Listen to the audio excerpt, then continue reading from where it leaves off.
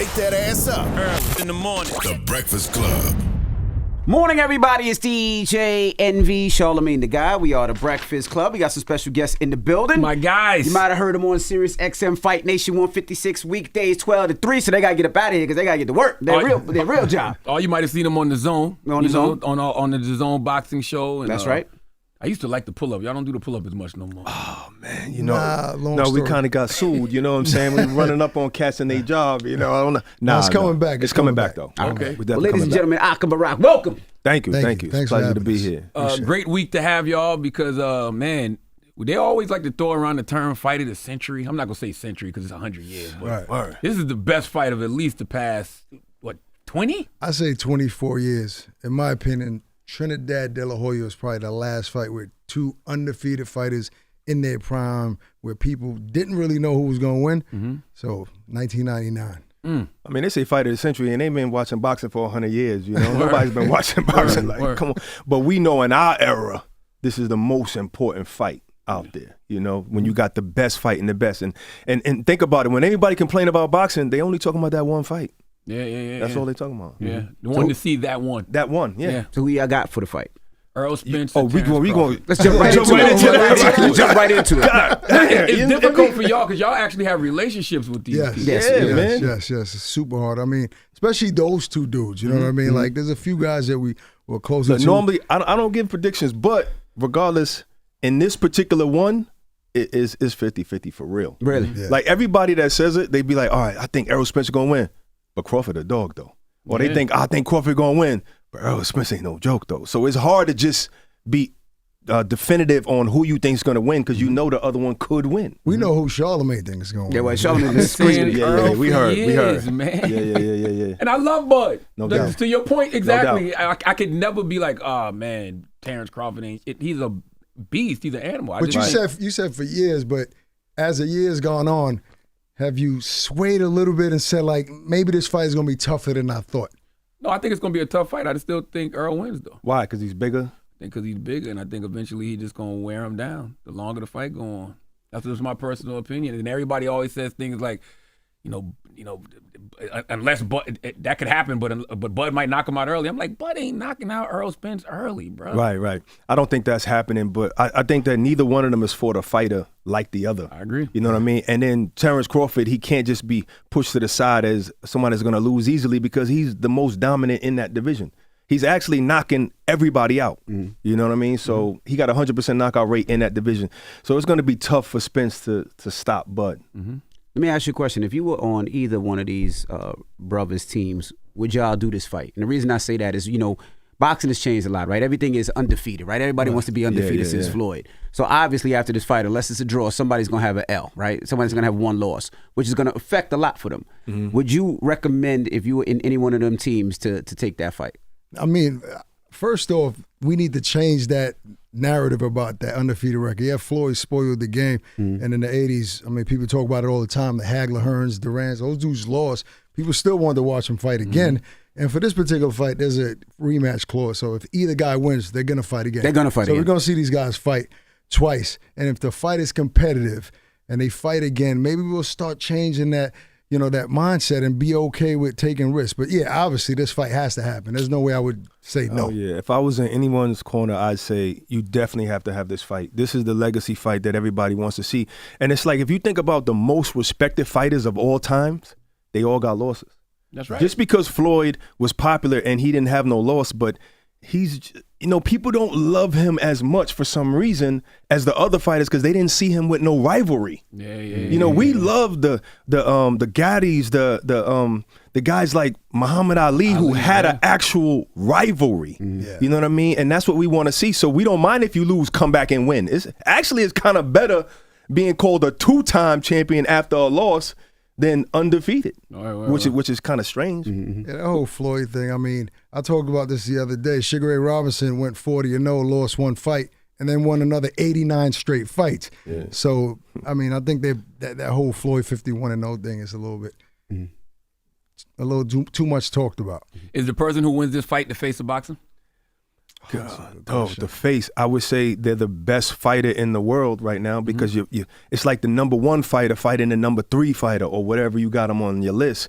But the face of boxing, I believe, is the person that no matter who you fight, you're making 8 figures. You're making 20, 30 figures. And that just happens to be Canelo. So I don't want to diss the winner of this fight. I'm just saying the face of boxing only mean who's the most popular. Right. So I'm going to say whoever wins is the best. There are many faces in boxing, though. Tank is a big face. Ryan's a big face. So Tyson Fury. But I think Canelo's the only one that could fight anybody and still make $30 million.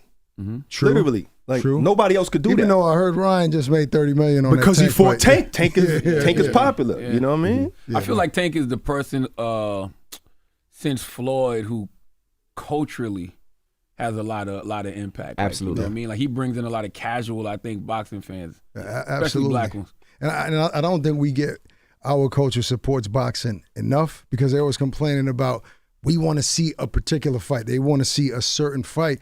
But fighters got to fight other guys. They got to fight mandatories. Like, for example, basketball. If you're a LeBron fan and, first round of the playoffs, just because they're not playing the best team, people still coming to watch. Right. Like the Staples Center is sold out all the time.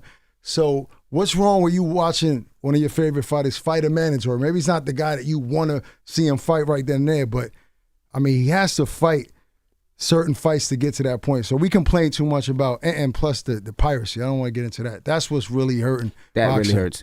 But like what Charlamagne says, a lot of fights you bring in a casual boxer like Tank, right? People just like Tank because he is culture, he is hip hop. So you just want to follow him. That's the same reason why people used to watch, Zab Judah and Floyd Mayweather. Like they were the culture. Adrian Broner even for a moment. Yeah, Broner too. Like they were the culture. They would, no matter who they were fighting, you would watch it. And Tank knocks people out, which that helps. But you got to win, though, because we drop you real quick. Definitely. You know what I'm saying? Definitely. We drop you real fickle. quick. If you think about it, when you see, Tank has the same crowd that comes out everywhere. Not to say the same people per se, but the same look of crowd. They got the jewels on it. They all got trucks and cars on their necks. You know what I'm saying? And wherever he go, that kind of crowd comes out.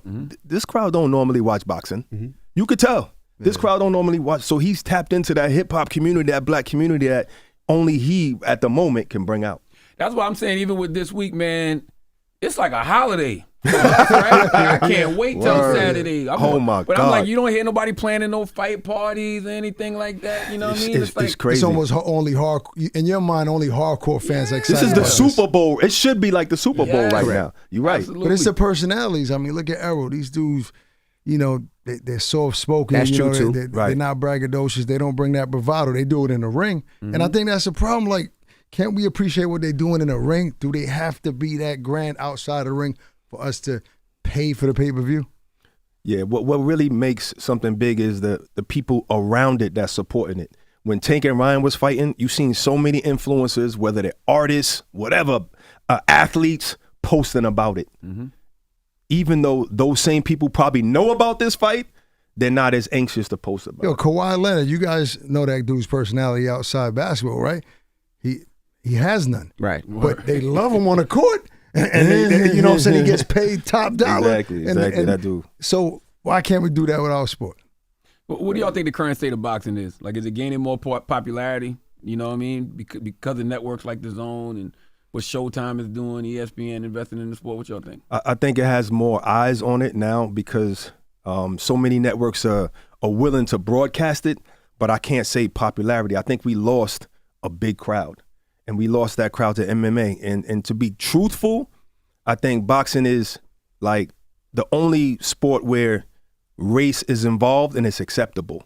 So when you ask Puerto Ricans who's their favorite fighter, they usually give you a Puerto Rican fighter, a Mexican as well. And it's okay to talk about, my Irish fighter or whatever. And even when the broadcasters, the commentators be talking about, the Mexican just threw a left hook. You can't talk like that in boxing. Fighting like Mexicans. You can't talk like that in football or basketball or something. That Mexican got a good shot. That white boy, he can shoot.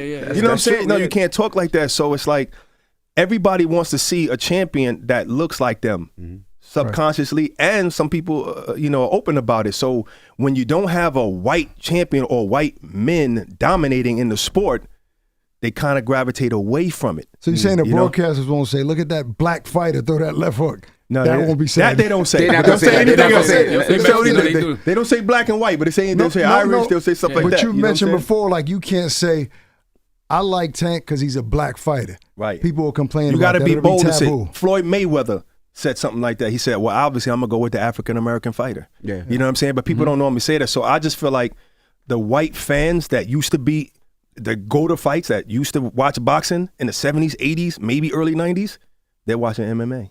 I was going to ask you, this is something that I said people thought I was bugging. I said this before. I feel like as black people, we don't support our black fighters like Mexicans support the Mexican fighters, like the Puerto Ricans support the Puerto. I mean, if there's a Puerto Rican fighter, every Puerto Rican's out there with the flags on. If there's a Mexican fighter, and just watching the documentary we saw last week with De La Hoya, you've seen how much his people supported him regardless of what was going on. I don't feel like we do that with our people enough. That's my point, though. But it starts off with pay-per-view. If you saying to yourself like, I don't like this entire card, right? So I'm not gonna pay for it. I'm gonna pirate it. I'm gonna just so you're stealing from the fighter, and I know people are thinking, oh, I can't afford this. So don't watch the fight or get a group of friends together and chip in for it. But that's how you start supporting it. You can't afford to go to the arena and pay top dollar for the tickets. We got to pay for these pay-per-views, man. It's terrible. But I totally agree with you. Yeah, but we're like one of the few cultures, or maybe the only culture that really do more competing with each other than supporting anyway, even outside of sports. And life is kind of like we're taught that sort of. When you get your nice kicks, you want to go stunt on, you want to show off. It's like, so I think that spills over into the sport. So I don't know, man. We're the only ones who don't support. You said something that was brilliant one time. You was like, we don't have a flag. That's another thing. You know what I'm saying? We don't have a flag. You had said that one time. I thought that was brilliant. Yeah, I mean, the Polish community, they don't have any stars. But if you go to any arena when a Polish is fighting, it's sold out, and you see those red, flags. In other words, everywhere. we don't have a land. We don't have. Right. We don't have a. We can't. We ain't representing Bed-Stuy. You know what I'm saying? We representing Flatbush. So we don't have a land to say this is where we're from, so to speak. You know what I'm saying? Maybe we need a fighter that. Well, I don't even know if you could do it, but have somebody fight on Juneteenth the way like Canelo or the Mexican fighters always fight around Mexican Independence Day or Cinco de Mayo. Cinco de Mayo, Maybe we need a big fight from a black star. We Around need a Juneteenth. flag. friend of ours was- That could be the flag. You say that casually, but that's huge. Yeah. That's But you brilliant. know, our boy Fred from Silent Heroes, he said that a while back. We need to start, like maybe in Atlanta, making it a fight week during Juneteenth and create that narrative that you're talking This is about. our moment. You gonna give him a plug like that? No, I'm saying he said it first. I gotta show him love. He said it first. Yeah, that's my guy. We usually start like this for people that don't know. How did you guys get into talking about boxing? How did you become boxing fans and get into these platforms? Where did it start? It's a long story, but I was a fighter. I fought 75 amateur fights as a kid, so I was always been involved in the sport. Barak was a martial artist, but man, I was maybe 2010. A friend of mine asked me to host this little internet radio station where to talk hip hop and culture, and I got a friend of mine that was a hip hop artist to do it. And then I just started talking about sports and boxing. It turned into something, and then Sirius XM called, and then we worked at 50 for a while. This is 50. We created a show, and shout out to 50 and G-Unit because they gave us the platform for people to see us visually. You know, because Sirius XM was a little different. And then DAZN launched in 2018 in America, and we've been with them for 5 years. And they gave us a platform to be us. Boxing is a little 100%. Cookie cutter. So, when they say, listen, we want a flagship show, but we want culture. We want you guys to do what you do. And they never waver from that. So shout out to I hope them. the DAZN knows how important y'all are because I tune into Ak and Barak because they're on DAZN. I might watch the fight, but I might not care about any of the post or pre if it wasn't for y'all. Wow. Appreciate maybe that, they're going to care after that right now. After that. I give them respect, though, because I feel like, you know how people, whatever genre they get into, they say when you're young, you be like, yo, I'm going to change the game. You know what I'm saying? Y'all might have even said that, in your careers. When you're young, I'm going to change the game when I come in. You know what I'm saying? I didn't think like that, but when I speak to the fans, I realize maybe we really did. And that's respect to DAZN for that because we never had to conform to what you normally see boxing looks like. We literally came in the game and we're mainstream looking the same way we look now and every day. And I talk regular on every episode and every show, whether it's a broadcast or our own daily boxing show on DAZN. Like, and they gave us that opportunity. That brings in the casuals. Yeah, 100%. I think so. And in addition to that, like what gave us a little bit more credibility is that the other platforms, they don't generally want to talk about fights that are on their competitive platforms. We talk about fights on ESPN, on Showtime. Obviously, we're going to Vegas to cover Spence Crawford, and that's a Showtime fight, even though we're on the zone and we're doing shows there for it. So, and we solidified that early. Said, listen, if we're going to be credible, we can't be biased to the zone fighters and on the zone platform, and I think that served us well. 100%. What y'all think of? Or do y'all think Devin Haney is ducking Shakur Stevenson? I wouldn't say that because before this came about, these two, Devin Haney was 19 years old trying to fight Lomachenko. Yeah. When the world was asking Tank to fight Lomachenko, you know, but Devin Haney wanted to fight him. You know what I mean? So if he want to fight the most dangerous guy then, why would he be somebody who doesn't want to fight Shakur now? You know, I guess it looks like that to people, and maybe so, and I can't argue that, but I can say that Devin's never showed me that before. Now, maybe it's that he's at 135 pounds. He's been saying he can't make that weight years ago. So maybe he want to move up, and he done conquered it already. He got all the belts. Maybe he want to move up and fight 140. I don't know. But I can tell you, no. if somebody sent a bottle, you know, at a club To your section. to my section and say, sign the contract, my pride would make me want to fight them. You know what I mean? But I can't answer none that of these for fighters them. are ducking people. You got to understand, they all have teams around them. Everybody making decisions for them. What's the right business decision? So if you ask a fighter by himself, he gonna want to fight it. Most guys are gonna want to fight anybody, but there's a lot of filtering that has to happen before a fight happens, and it's about money now. You know. Don't we need all those fights though? Don't we need Yeah, Shakur we do. Devin? Don't we need We do. a Tank Devin? Maybe, don't you think? Oh, We do. of course. Those are the best. Look, I said it on IG yesterday. This is the best, the most talented era in boxing history. Like, and a lot of old timers like hate me for that, but I'm talking about all the talent in the sport at one time. Like young talent, athleticism, bring IQ, all of that. There's never been an era like this. Ever. You know what's but crazy they need to about fight it? each other. You're right. Sometimes the top pound for pound guy be flipping according to fight. So it's like it's the Canelo era, but then again it's the Terrence Crawford era. And if Errol wins, you know, damn, that's another guy that's on top. You know what I mean? So that just goes to show you that the talent pool is ridiculous compared to any other era. I want to ask you a question. Put your parents' hat on for a second, right? Yeah. I ask a lot of football players, when you want your kid to play football, right? Majority of them, I would probably say 80% say no. How do y'all feel about that, especially since you said you had 75 competitive boxing matches? Yeah, and I have a son, 14-year-old son. So short answer, no. I wouldn't want him to fight. He wants to fight like just to try it out, like an amateur fight, but pursue it. Nah, this is a brutal sport, man. Like it's, I was just in L.A. in Long Beach. There was fights on Saturday, and a woman that won a fight in the dressing room started throwing up. Sulem got dizzy. She had to get rushed to the hospital. Oh, wow. And I don't even know how she's doing now, but this happens all the time. It just doesn't get, obviously, broadcasted. So the sport is too brutal for me wanting, and that might be hypocritical because I cover the sport and I love it. But nah, I wouldn't want my son to do it. What about you? I raised my son, and he need to pay me back. He need to go out there and fight and pay his daddy back for all of that stuff he put me through. No. My son is an amateur boxer. He was an amateur boxer, and I pushed him hard. And at one time, he thought, "Oh, you trying to make me live your dream?" I was like, "No, I seen the gift that God gave you early, like 6 years old. I don't want to rob you of that. But in reality, truthfully, I don't want to see you fight. It hurts me to see you fight. I want to fight the person that's in there when I see him fight, and even if he's winning, you know what I mean. So, but I don't want to take away what God put in him. But do I really want my son to fight? Of course not. Now, do you think they're going to change boxing up a lot? Like they changed the football so much, right? You remember watching football as a kid, and everything went. Now they're changing so much. They're protecting the quarterback Basketball now. They're too, protecting everything. the players more. Yep. Do you think you're going to see that? Even in basketball, they didn't change basketball so much to protect the players.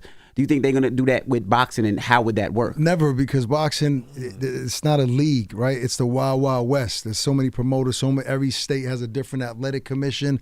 They would have to change the rules in every single state, and a lot of the states don't get along, so it would never happen. I mean, boxing has been the same forever. It's not like the NBA where one organization controls everything.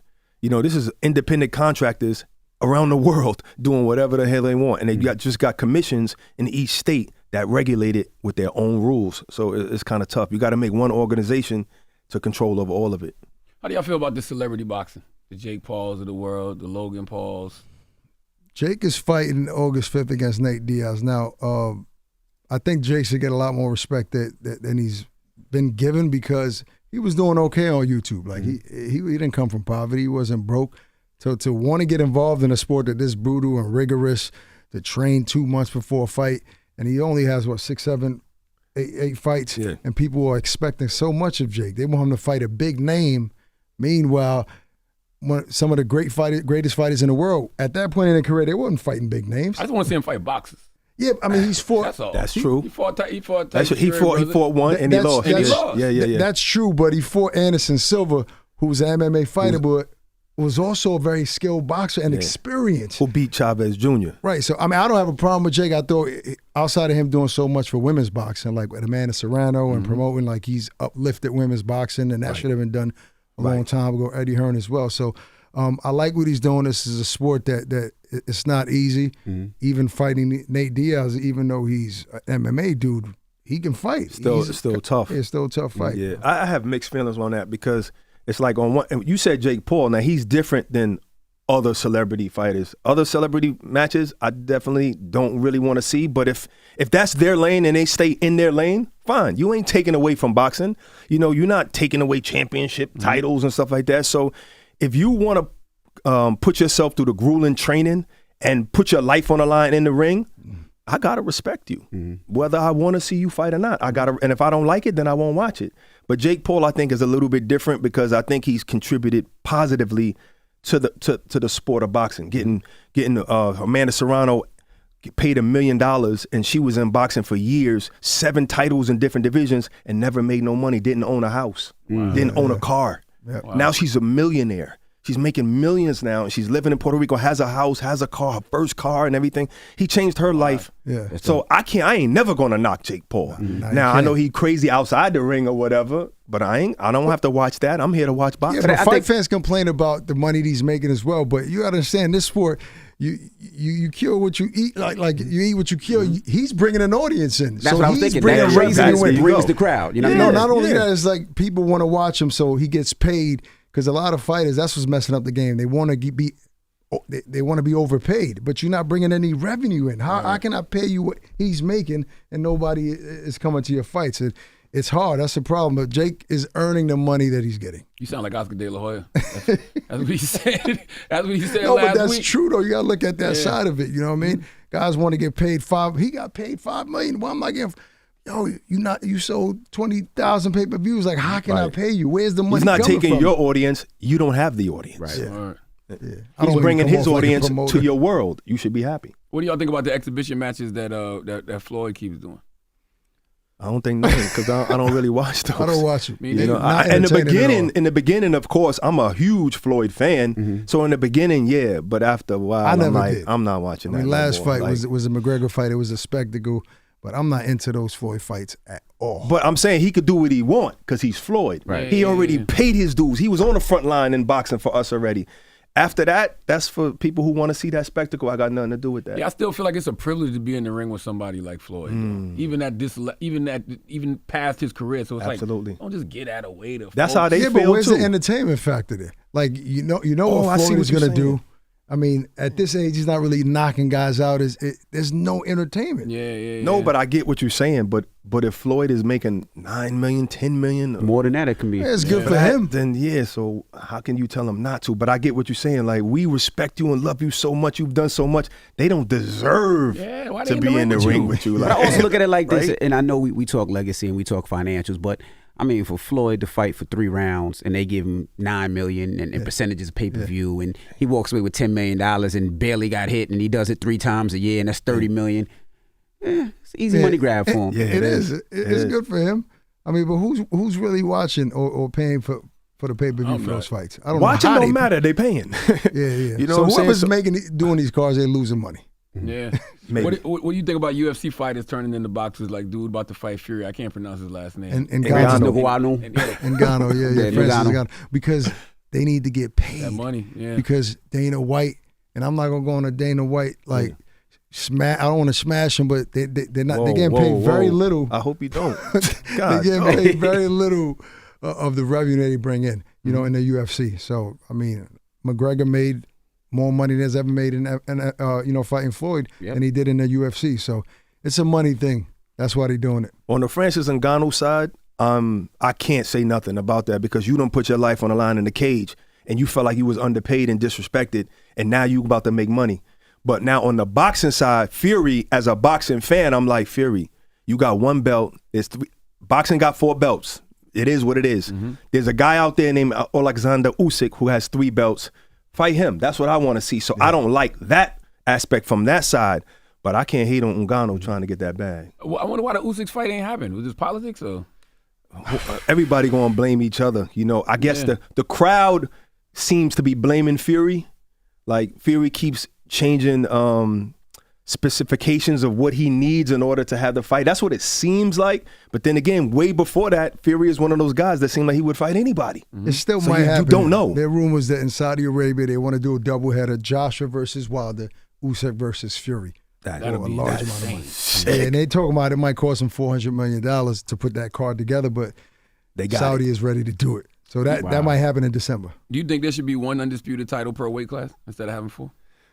Yes, absolutely. I think it would be less confusion, and I think the fans are come back a little bit more. Some of those fans will be like, "Oh, I don't know who the champion is," because everybody's coming in with a belt. That's what it seems like. Everybody's coming in with a belt, and that's kind of suck. I don't know if that's gonna create a whole bunch of fans, but it'll stop the confusion at least. It's not going to happen, and if it does, it's going to take a long time. These sanctioning bodies have been around for a long time, and they get a fee every time a fighter fights for their belt. You know what I mean? They're not going away quietly. I'm saying I don't want nobody losing their jobs or losing their bags, but if they could somehow work together and make it a little bit better, for the fans, I'd love that. I'm hearing rumors that somebody is trying to do that. I don't want to say it on the air, but we're trying to get rid of all 4 belts. I'll talk to you about it because it's an important person. I don't know why you brought it up. You can't say it. He's like, say it. I heard about it. If you were talking about it, I'll tell you after. Now, what boxer that you see is coming up the ranks now that people should be looking towards? Boots is a phenomenal 100%. fighter, phenomenal talent. And even though he hasn't fought an elite fighter yet, his last performance, it was so impressive. And I know people want to see him against Bud and Spence, but those dudes, they pay their dues. I don't even want to see them fight this young killer. Yeah. Honestly, it's just too much. Him, Shakur is probably, in my opinion, going to be the #1 pound-for-pound fighter in the world one day, the next couple of years. I mean, he already Shakur a 2-division champ. Yeah, he's just so talented. But you mentioned it, Devin, Tank, Ryan, Canelo's still there. There's so much talent. Boxing has a bright future. But if you talk about when a come up is a young fighter, he signed a top rank, I believe. His name is Bruce Carrington from Brooklyn. Mm-hmm. They call him Shoo Shoo. Oh, you talking about young, like prospect? Yeah. He's coming up. He's going to be the next one, 100%. He's going to be the next one. What weight class in? Right now, I think he's fighting at 126, I think. He's going to be the next one. He's special. How much did Bruce pay you for this? No. I ain't got no affiliation. No, but I think Boots, I agree with Shaw. Like, Boots is phenomenal. I feel sorry for guys like Boots, though, because it's like, how do you get to that next level? Because who do you fight? You're right. What you Nobody do is wants that risk. You got to change your weight class.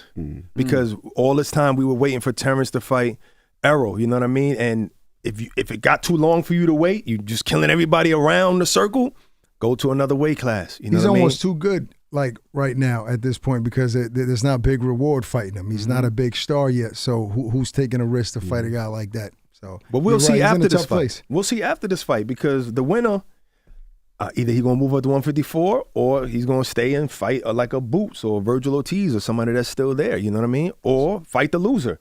Either one you fight is still so you legacy. Think there's still hope that Errol or Bud might fight Boots if they're gonna stay at 147. Bud said he would fight one of the Charlo brothers, I think he said. Yeah, Jamel. The dude is fighting Canelo, Jamel Charlo. Yeah. He's fighting Canelo. He wants to move up in weight because Bud is already undisputed at 140. If he wins against Errol, he'll be undisputed in 2 divisions. No man has ever done that. Clarissa Shields is the only one that have done it. Mm-hmm. If he goes up to fight Jamel, nobody will ever catch up to being a 3-time undisputed champion. So that's his goal. That's crazy. What do y'all think boxing is missing? That's a good question. I think like we said earlier, is missing the organization part of it. Because it's so divided, we don't get to see the fights as easy as we can. Because actually, even though Spence and Crawford is fighting, and thank God they both in their primes, look how long we was waiting for Manny Pacquiao to fight Floyd. Yeah. You know what I mean? Because everybody, like I said, is independent contractors. So if we could probably form a league across all of boxing, then we would see those fights. And then I think it would be, because the best are fighting the best all the time, even though this is a great era, don't get me wrong, you'll see more losses. So losses will become more acceptable. Right. And I think that would help boxing. Yeah, and also just coverage, like mainstream media needs to cover the sport more, especially when they're young, talented fighters, even if they're not superstars. I mean, the only way they're going to get there if there's coverage, if people talk about it. But I agree. I mean, if fighters are a little bit more forced to fight certain fights, it'll be more entertaining. Yeah. But it's still, you know, the best sport in the world. In my But respect to you guys, the Breakfast Club and other things like Sway and them, because you guys put these guys on. Yeah. You know, like they'll never get the coverage. Even on our show, on the DAZN Boxing Show, is big in boxing, but you guys you got the world, you know, at your feet, you know, so you doing your part to make the sport better. 100%. You know what I'm saying? I'm a fan of boxing. You know what I mean? So I love when they come through, especially when they can actually have Is Envy a fan? conversation. Is Envy I'm a casual fan. you I'm a casual fan. So I Charlamagne can't hasn't give got you you a little bit my more into boxing it? bully shirt there. Now, you know what it was? You know, I'm a kid that grew up watching Tyson, that grew up Right. watching, you know, Floyd, of course, grew up watching Roy Jones. So I grew up watching those people all the time, excited about the fights, paying pay-per-view, going to the fights. Yes. And then Plus around he's the Dominican, so he a little confused. definitely not Dominican, I'm He a little fully black. confused on who he should root for. Fully black. Fully black. That's what it is. I Fully thought black. You know, I got an opportunity to go to Floyd fights and go to Tyson Yeah. fights when I was a Wow. kid. So for myself, it's like around that Floyd time, I you felt ain't like black because you was rich. You was going to Floyd fights and I all was a that. DJ. I was DJing. So I was wow. DJing back then. Wow. Well, DJing in Vegas, so I used to get in the fights. But when Floyd started winning, it felt like when Floyd left at first, boxing kind of died a lot. And when it died a lot, I got out of touch with boxing. You know what I mean? And then when I got out of touch, now these are the fights that are getting me back in, getting me excited. But for a while, it was just like, who's fighting today? I don't know that person. Well, I didn't know that story. And with those boxers, with your Tysons and your Floyd, it was a story. Tyson's gonna come out, I'm gonna eat your kids. And you're like, oh shit, I wanna see that. Floyd's coming, he's talking that shit. Pacquiao is talking his shit. Yeah. You know, all these people are talking this shit, and then it kind of died down, and I lost the flashiness to want to see. Are you into this fight though? Saturday, you're gonna be watching Definitely, Spence absolutely, Crawford? positively. Yeah. And I think it Yep. really died down after Tyson, like tremendously.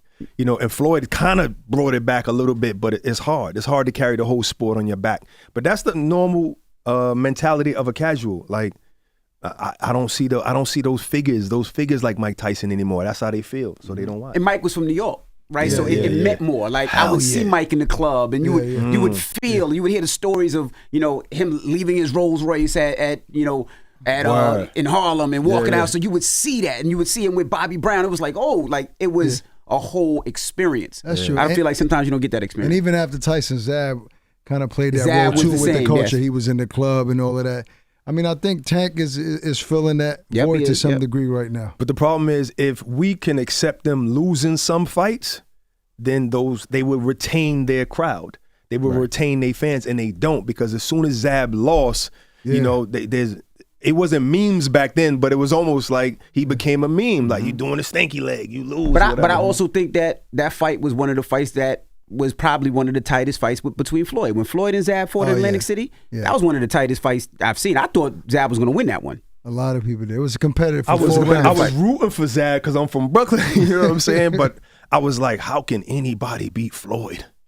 Zab, if I remember that fight correctly, Zab might have caught him once. Yeah, he dropped him. He dropped him, but it was His hand touched They his didn't call it a drop. Yeah, it was officially a knockdown. But I don't know if y'all remember that fight, like how it felt. Like it felt like Brooklyn versus Floyd. Yeah. Like Yeah, it was a big Atlantic fight. City. You know what I mean? It was that fight, and they were ex-sparring partners. They were cool. So it was like this is the perfect one. So that's what I miss. You know what I mean? Right. And like you said, when Zab lost, they kind of everybody turned on Zab. It was the perfect rivalry for our culture. Absolutely. Yeah. It was the biggest there is. It's coming back. For I mean, our I culture. think Tank Ryan was a great lead up to that fight.